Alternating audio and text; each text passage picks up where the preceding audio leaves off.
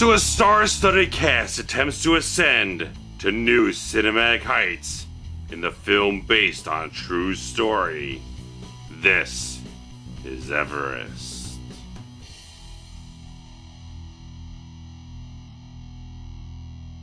In May of 1996, experienced climber Rob Hall led a commercial expedition alongside fellow chief guide Scott Fisher to reach the summit of Mount Everest.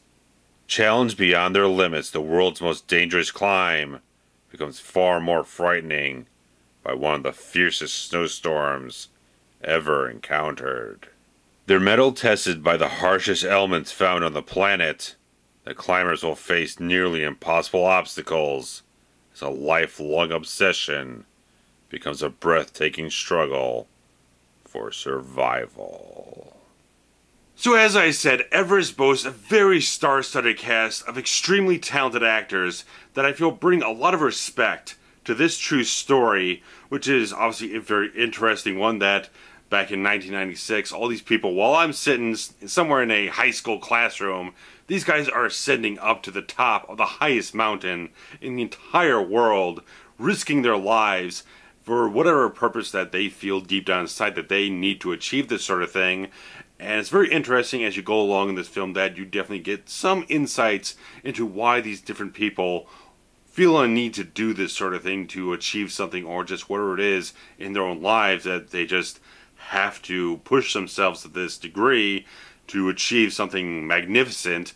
And obviously, as the story goes along, you see there's a lot of dire costs involved in trying to reach that apex of their lives and achievement overall. And as I said, the cast in this film is really damn good. Jason Clarke in this film, great to see him in a really good, solid, dramatic type of role after I just didn't feel like things worked out so well for him in Terminator Genisys.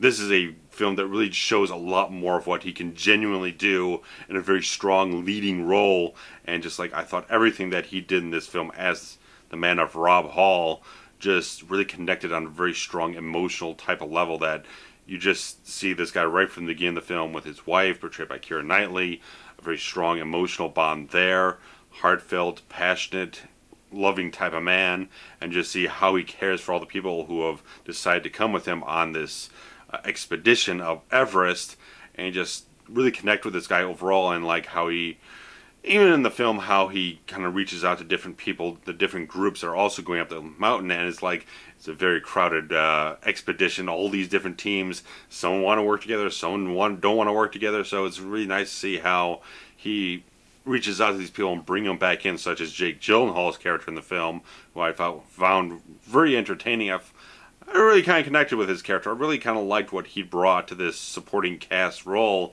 Just a lot of sort of charisma and a little bit of fire and passion, this guy. And just very interesting that you do connect with that type of character. And just interesting overall that you connect with so many characters. Like I said, Jason Clarke does a fantastic performance here. Josh Brolin really kind of comes through at the end of the film as very strong. You definitely see him capturing the determination that this character of Beck had through a lot of different perils. I mean, the guy was left for dead at a certain point, and just very interesting to see just that determination, that depth of heart and soul, and just this guy would not quit, and just very interesting to see how all these actors come together and just really strongly embody all these real life people. And it definitely feels like the film didn't take a lot of liberties. They didn't try to exaggerate the peril that the whole film, that these people really went through, because I was sitting and watching the film, and it's like, obviously going to the film, I just felt, my perception was that it was going to be some like big thrill ride in a certain way. It would be very perilous, very thrilling, kind of edge your seat type of thriller, but it's really more about the dramatic narrative of these people, what the journey was for them to go on, how the emotion worked out, how they came on like wit's end and everything. Some people make it, some people don't, so it's very much their story. It's not trying to amp up the excitement, amp up the peril and everything. It's really trying to show a very strong, solid, respectful type of thing, instead of trying to exaggerate for theatricality's sake. Make it entertaining, make it like, instead of making it like cliffhanger or something like that, it's trying to be very solid and respectful to these people who went up that mountain, tried to achieve something special. Some of them did, some of them didn't, and some of them walked out without their lives. And just very interesting how everyone comes together in this film to really embody some very good characters. And I feel the direction of the film was very solid. Like I said, you could have someone go in there and try to make a much more elaborate spectacle of just people going up Everest and all the peril and danger that you could have. If you wanted to be much more exaggerated, you possibly could be. And I'm sure there's been films, much more fictionalized, that have done something like that. But you take this film and try to be respectful to everyone. I think the direction of this film really kind of held its own strongly, kept a good steady hand on that type of thing, and the cinematography really does come through very well. That there's no lack of wide vistas and everything, trying to show you the scale of everything. It's like a few points of time, it's like I was thinking in the theater, it's like you get this big shot of Everest, and like anyone who's going up there, it's just a speck on that mountain. You just get that sense of scale overall, and just really kind of sells the peril and everything. And it's even interesting to see someone like Sam Worthington, who a lot of people have really ragged on in recent times, even myself when I did Terminator Salvation review. When you put him in a much more supporting type of role, where you're not trying to push him beyond his limits, you put him in a good, solid supporting role where you can show a little bit of subtlety, a little bit of emotion, just kind of be a little bit more grounded and real. He really does pull through a fine performance in this film. I thought he did just good.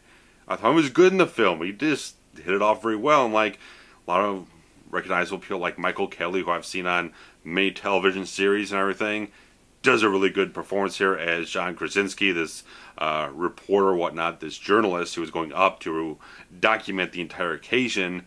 Does a really good job. Everyone in the film just does really solid performances to really bring forth the emotion of the whole thing, really allow you to connect with these characters on a very dimensional type of level.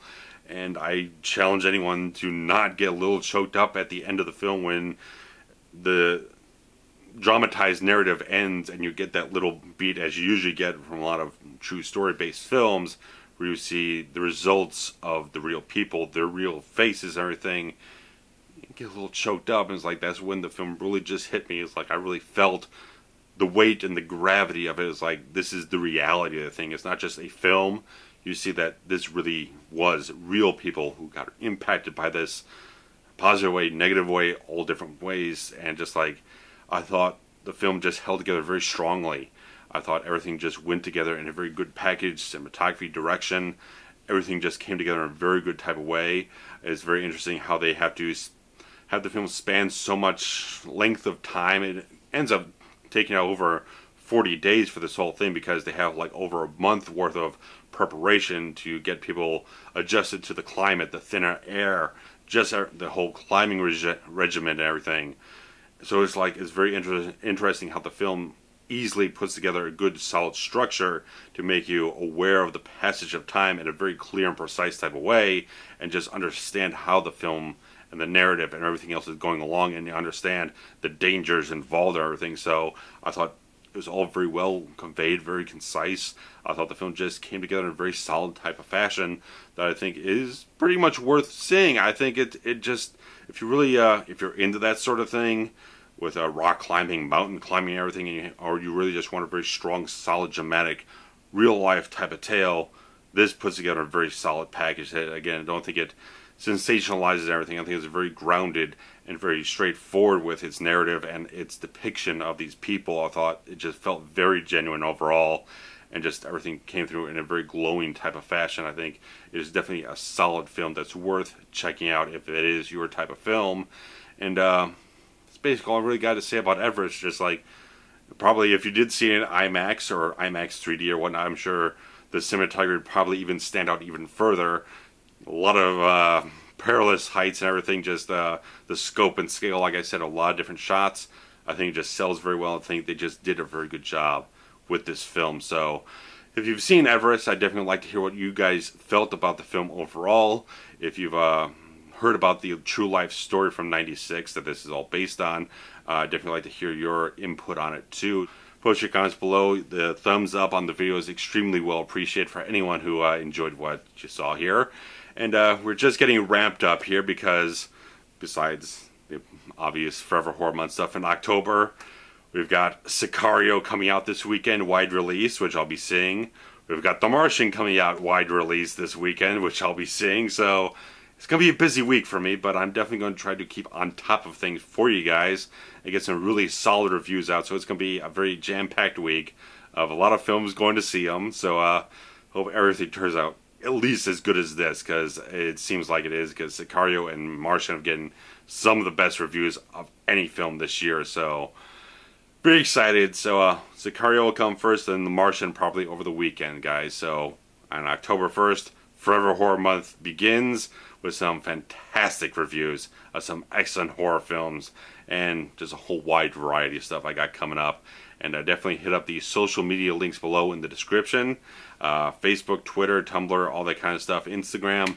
Definitely appreciate you guys hooking up and connecting that way, so you can always keep up to date on everything that's coming along, what I'm working on next, and just various other posts and updates that might find fun and interesting and whatnot. And it's really all I got for you guys at this point in time. So gotta get moving on to some other stuff. And thanks for watching, everyone. I really appreciate it.